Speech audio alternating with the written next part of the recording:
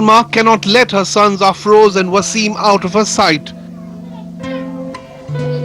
2 years ago, they were kidnapped and pushed into bonded labor at a juice stall. She did find them a year ago, but did not know it was illegal for her children, both under 14, to be forced to work. बोला इतने बुरी तरीके से सड़ रहे थे, हाँ कोई भी डॉक्टर नहीं ठीक कर पाएगा, मतलब कोई आराम नहीं करेगा, हाथ कटेंगे तेरे कुछ ही दिन में। सुबह हम 5 बजे उठते थे, दुकान खोलते थे, कहते थे जल्दी जल्दी खोलो दुकान वरना पिटोगे, जल्दी टाइम से नहीं खुल पाती थी तो हमें मारते थे।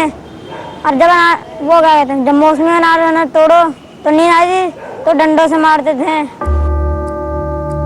50 रुपये की बोरी उठाता था, गिर जाते थे, कोई आदमी पकड़ लेता था बोरी को तो कहते थे उन्हें पकड़ने की जरूरत कैसे पड़ी है।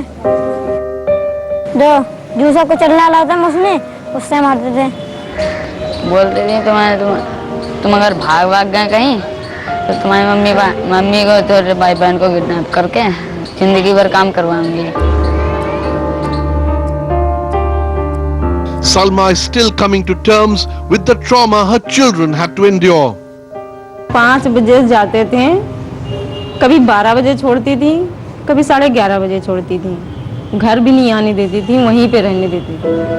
और बच्चे इतना रोते थे जब मारती थी, और उनके साथ में गलत भी हुआ, उसको लेटार के जबरदस्ती पेशाब भी पिलाया उनका भाई। जब बताया था तब भी मैंने कहा तो उन्होंने कहा कि पेशाब पिलाना अच्छी बात होती है।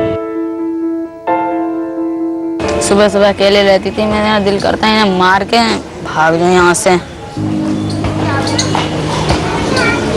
ऐसे क्यों लगता था आपको? बहुत मारती थी ना, गलती हो या ना हो फिर भी मारती थी। सारे शेक तो मैं ही बनाता था ना, शेकों में गलती हो जाए फिर भी मारती थी। जैसे अगर मीठा भूल गया डालना, बर्फ डालना भूल गया तो बजा देती थी। उनको जेल भिजवाओगे आप? हम तो चाहते हैं, पता नहीं जाएंगे या नहीं। As a domestic help, she earns just 3,000 rupees a month.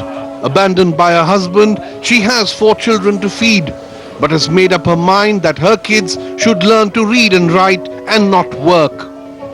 कि मजबूरी थी इसीलिए भेजा, नहीं उसे हम भेजते नहीं। कूड़ा भी ना करते रहे, कबाड़ भी ना करते रहे, उसमें जिसे कोई मिल गया डांट दिया, ऐसे तो चोरी सीख जाते, इसके वजह से मैंने लगा दिया था। Wasim and Afroz are part of India's estimated 6.5 crore child labor force, many listed as missing in some part of India. These are children kidnapped or even sold and trafficked as child labor across the country. The Supreme Court has hauled up the governments of Bihar and Chhattisgarh for non-compliance with its order on cases concerning missing children. The DGPs and Chief Secretaries of Bihar and Chhattisgarh appeared before the bench of the Chief Justice today and were hauled up the Bihar government for not registering FIRs in several cases of missing children. The Bihar Council has now sought more time. They will submit a new affidavit by next Thursday. The court also pulled up the Chhattisgarh government for giving different figures on missing children in the Rajya Sabha and in the court, and has directed the government to clarify the figures and come up with a new affidavit by the 13th of November.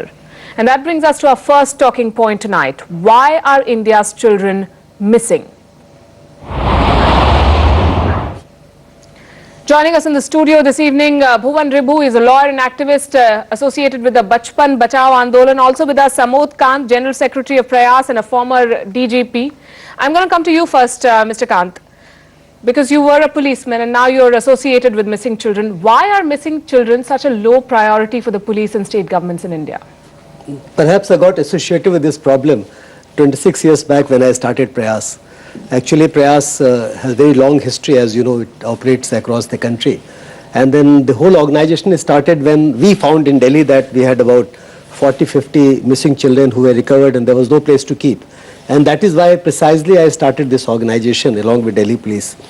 That explains partly because, you know, huge number of children go on the streets and bigger number of children become migrants and they keep on traveling all over the country, they keep on drifting all over the country. The basic the basic cause is poverty, of course. The poverty drives them, majority of cases, or neglect, or abuse, or ill treatment, or something wrong with the system that we operate all over the country for children. But they keep on drifting. The numbers, for instance, I mean, the numbers used to be 45,000 earlier. Suddenly it went up and it's now about 1,20,000, 1,30,000. It really doesn't matter because huge number of children, as you mentioned here, huge number of children happen to be joining that huge population which has gone to crores now. And then they are nowhere children. We prefer to call them nowhere children. In fact, you brought some kids, who were talking about their life. And by chance, one of them happened to be from Prayas, the organization which I represent. So I would like to say that these kind of children now have been brought into system. And perhaps at the very beginning, they would be full of fury and full of unhappiness. But then once they are in a system that we are operating, child welfare committee, this kind of home, there is a possibility that they may go in the proper system and they may ultimately be rehabilitated. But that's a very small section of the children who get abducted, who go missing. Bhuvan Ribhu, I want to bring you in here. Most missing children, according to the statistics that I'm looking at, are either kidnapped or trafficked. They go into child labor or into red light areas. But the police fails to bring these child traffickers to book. They're hardly convicted. Why is that the case? There are a variety of reasons for that, but before we go there, I would like to say firmly that we are looking at it in a very not correct manner, for the lack of a better word. Children are not going missing in thin air. They are not simply vanishing in thin air. Children are only being kidnapped and abducted. The children who we are seeing today are children who have been exploited, but who have been found. The children who are a part of the 1.35 lakh figure that has been submitted by the central government to the parliament, the children of whom 15 are going missing every hour in the country are all being exploited after having been kidnapped and trafficked. The Supreme Court has made this very clear. The second thing is that they are, even if they are being put in child labor or in prostitution or being exploited in any other way and being found, the entire legal system is not looking at the process of kidnapping at the source, transit and destination. Even when children are being recovered from child labor, FIRs are not being registered. Between 2008 and 2012, 452,679 cases of child trafficking were reported in India. Unfortunately, the number of prosecutions were only 25006. This is something that we need to change. This is what has changed with the new law that has come about in 2013 with the Criminal Law Amendment Act that prescribes a punishment up to life for child trafficking. Right. Now the implementation of that law is the key. Just today, in the matter filed by Bachpan Bachao Andolan, the Supreme Court has hauled up the Chief Secretary and the DGP, but it is only 2 states. All the states are giving different figures, and yet despite clear directions of the Supreme Court on 17 January, reiterated on 10th May of 2013, only 26,000 FIRs have been registered. So you're saying that has to be implemented. The government needs to be more proactive. Amod Kant, I appreciate your efforts at Prayas, but I also want to talk to you more as a former policeman. Why is it that the police fails to act? When journalists can go into dens and shoot child traffickers on hidden camera, why can't the police go and nab them? Do they get a cut from child traffickers? See, the issue is that this entire number, the huge number of missing children, the police were given information, may not be as much information was earlier coming to police, now it's coming in much bigger number. They thought that they happened to be kind of missing cases of missing and found type. That these children they got drifted from their family, they got separated from their family, and then there was no evidence perhaps for them. That's what they took the plea.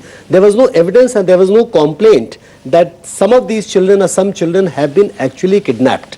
And that is why they didn't register the case as FIR. How would the parent know? What happened? If a child goes missing, how does the parent know whether the child has gone off his own volition because of poverty? Has he or she been kidnapped? That is what precisely the courts did. That's what precisely the court did, because if you look at the provisions of law, CRPC, 154 CRPC, which is the basic law, under which if the police receives information about a cognizable offense, kidnapping is a cognizable offense. Somebody says that my child was kidnapped, let us say, I'm giving example. then police has to register the case. Now what happened, and very correctly, very correctly, no, listen, I'm not opposing, I'm supporting, very strongly supporting the move of the Honorable Supreme Court of India, the various courts, when they made it mandatory that any child who is missing and the child is not found, let us say in 24 hours time, then there has to be a case of kidnapping, because no child can be without guardian. So why do we always need the court to come with a stick and beat up the system? It's wrong, it's completely wrong. I mean, perhaps now that all cases, a large number of cases are getting converted into FIR, investigations are being carried out. So do you admit at some level that the police is I strongly support it. Who knows how the system works, you believe that the police gives bogus arguments to not act? See, in the cases police, like these? the issue is not giving bogus argument. The issue is that the police was neither sensitive, police did not realize it, and police did not accept the fact that any missing child should be presumed to be kidnapped, because in majority of cases they are actually kidnapped. That's the point the police should see. All right, Bhuvan Ribhu. That question has been settled now. Once it has been settled, if still the FIRs are not being registered, then it is a clear contempt of court. Not only is it wrong, it is a contempt of court. I do not want to go into the statistics and laws, but it is everybody's responsibility. It is the responsibility of common citizens, as we found in one particular case in Delhi where social media platforms were used. We have seen where electronic media has played a very important role in the past for the recovery of missing children. And still, it is something that is, these cases are few and far in between. They happen once in a blue moon and then we tend to forget. This requires a collective campaign on the part of the entire society, because these children are amongst us and yet they are invisible, yet they are enslaved, yet they are in unfortunately, these are children of people who don't even have access to social media. It's poverty which is breaking their back, and perhaps the system and the government doesn't care about the people who are so poor that they cannot even push for an FIR to be registered. Yeah, but this is something that the Chief Justice of India said in the last hearing in the same matter of Bachpan Bachao Andolan. The Chief Justice said if a rich man's child was to go missing, 1,000 policemen are looking for that child and nobody bothers for a poor man's child. That unfortunately is something that we are living with right now. That is what we have to change. That is why the matter is before the Supreme Court and being taken up every week now. Right. We hope that some change comes about, and we cannot end poverty overnight, but we do hope that the system puts the fear of the law in the mind of child traffickers. Some system is being created. No, sorry, poverty cannot be an excuse for crime. This is a crime. It is an organized crime. It has to be broken as an organized crime, and poverty cannot be an excuse for any crime in the country. Absolutely. I couldn't agree more. No, now there is one small point, that there is a system being created, and there is a need to put the data bank together for the whole of country, so that all these children drifting here and there, they are connected somewhere. It's very much required, and some system is building up. Well, fingers crossed then. Modkant, Bhuvan Ribhu, thanks very much for your time and for your thoughts. And you can read more on our investigation on our website, ibnlive.com. India's missing children is what we're talking about. A 30-minute special on that also coming up later on the show. We're taking a break. Up next, more national news coming up on India at 9.